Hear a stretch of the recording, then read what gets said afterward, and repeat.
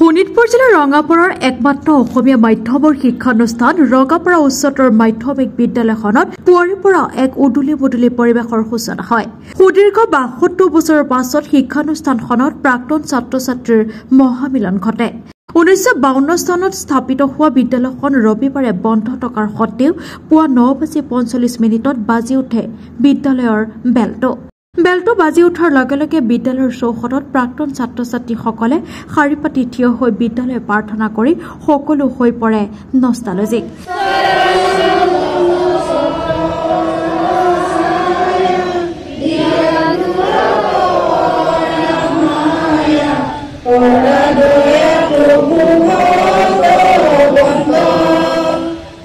ইয়াৰ পাছতে বিদ্যালয়ৰ অধ্যক্ষ মোহন গোস্বামীয়ে বিদ্যালয়ৰ পতাকা উত্তোলন কৰে। স্মৃতি তৰ্পণ অনুষ্ঠানটি শুভাৰম্ভ কৰে উদযাপন সমিতিৰ সভাপতি ভৱেশ মিশ্ৰ আৰু অসম আন্দোলনত প্ৰাণহুতি দিয়া শ্বহীদসকলৰ প্ৰতি শ্ৰদ্ধাঞ্জলি জনাই প্ৰাক্তন ছাত্ৰ অৰুণ ভৰালীয়ে।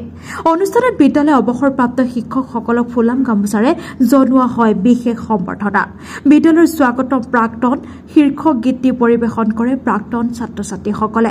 বিদ্যালয়ৰ প্ৰাক্তন ছাত্ৰ তথা সাংবাদিক পংকজ নাথে আধৰা স্মৃতি গ্ৰন্থ উন্মোচনী সভাত স্মৃতিৰ দৰিয়লিত নামৰ গ্ৰন্থখনি উন্মোচন কৰা হয়। মত বিনিময় অনুষ্ঠানত বিদ্যালয়ৰ প্ৰাক্তন ছাত্ৰ ছাত্ৰীসকলে পুৰণি স্মৃতিবোৰ ৰোমন্থন কৰি নষ্টালজিক হৈ পৰে। মত বিনিময় অনুষ্ঠানৰ মাজতে অনুষ্ঠিত হোৱা সংগীতানুষ্ঠানত কেইবাগৰাকী প্ৰাক্তন ছাত্ৰ ছাত্ৰীয়ে গীত পৰিৱেশন কৰে। গীতৰ তালে তালে ছাত্ৰ ছাত্ৰীসকলে নৃত্য কৰি আনন্দত মতলীয়া হৈ পৰে। তাৰোপৰি কবিতা আবৃত্তিৰে জীপাল হৈ উঠে প্ৰাক্তন শিক্ষাৰ্থীৰ সন্মিলনখনি। উল্লেখযোগ্য যে ৰঙাপাৰা উচ্চতৰ মাধ্যমিক বিদ্যালয়খনত পোনপ্ৰথমবাৰৰ বাবে প্ৰাক্তন শিক্ষাৰ্থী সন্মিলনী অনুষ্ঠিত হয়। এই দিনটোৰ বাবে বহু দূৰণিৰ ছাত্ৰ ছাত্ৰীসকলে অধীৰ অপেক্ষাৰে বাট চাই আছিল। বহু দীৰ্ঘদিনীয়া সপোন আজি দিঠকত পৰিণত হয়। শেষত জাতীয় সংগীত পৰিৱেশনেৰে প্ৰাক্তন শিক্ষাৰ্থী সন্মিলনৰ দিনজোৰা কাৰ্যসূচী সফল সামৰণি পৰে।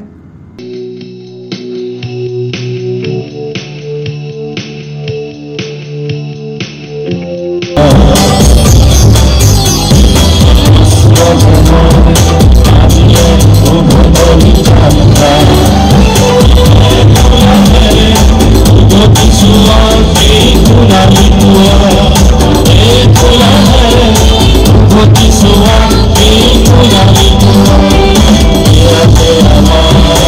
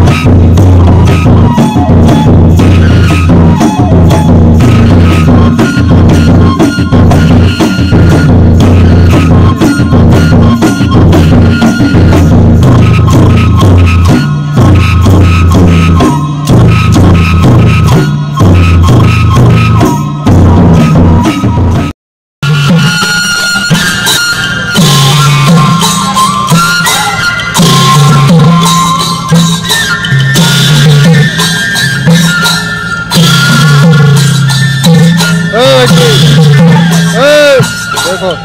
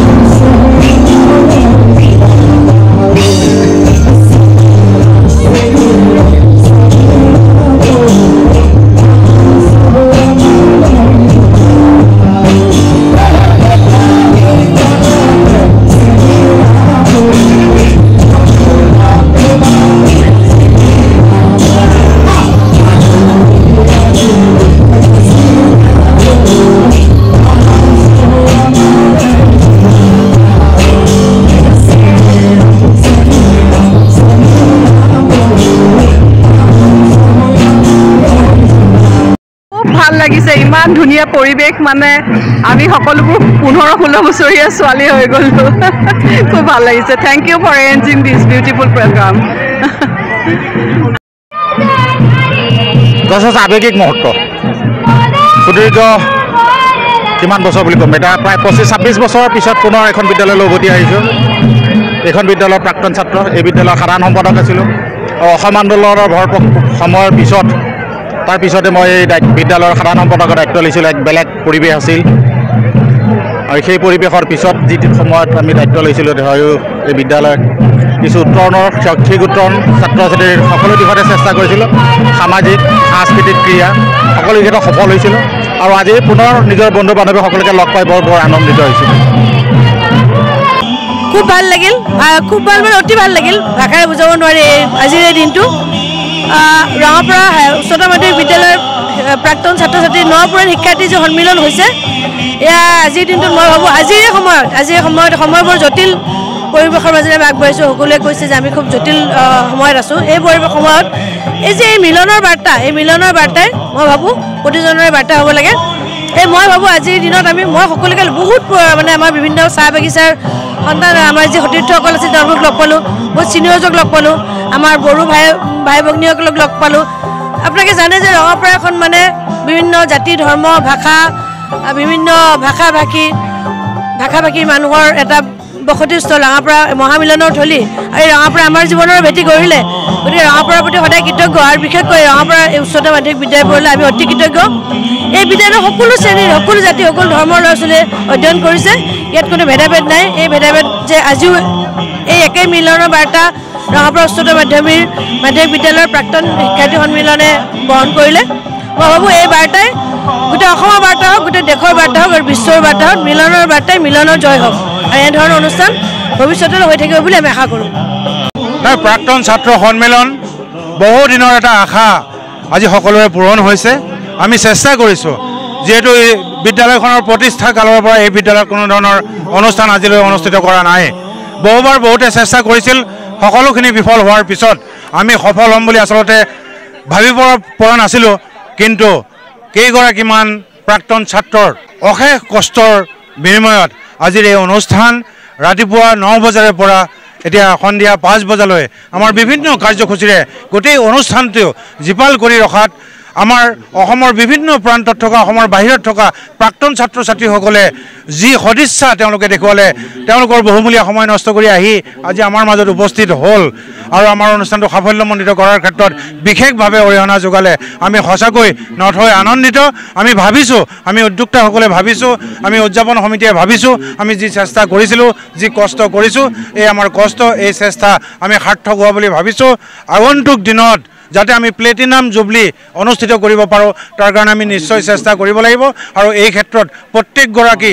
পুৰণি ছাত্ৰ ছাত্ৰীৰ সহযোগিতা লাগিব তেওঁলোকৰ সাহস লাগিব সেইখিনি অবিহনে নিশ্চয় এনেকুৱা ধৰণৰ অনুষ্ঠান অনুষ্ঠিত কৰাৰ ক্ষেত্ৰত বিভিন্ন ধৰণৰ বাধা আহিব পাৰে সেইকাৰণে আমি আশা কৰিম আজিৰ অনুষ্ঠানে নিশ্চয় আমাৰ প্ৰাক্তন ছাত্ৰ ছাত্ৰীসকলৰ লগতে ৰঙাপাৰাৰ ৰাইজক এটা বাৰ্তা দিব পাৰিছে এই বাৰ্তাটো যাতে আমাৰ ৰঙাপাৰাৰ প্ৰাক্তন ছাত্ৰ ছাত্ৰীসকলৰ লগতে ৰঙাপাৰাৰ ৰাইজৰ মাজত বিয়পি পৰে অনাগত দিনত আহি থকা যি আমাৰ প্লেটিনাম জুবলি আছে এই অনুষ্ঠানে আদৰ্শ হওক আৰু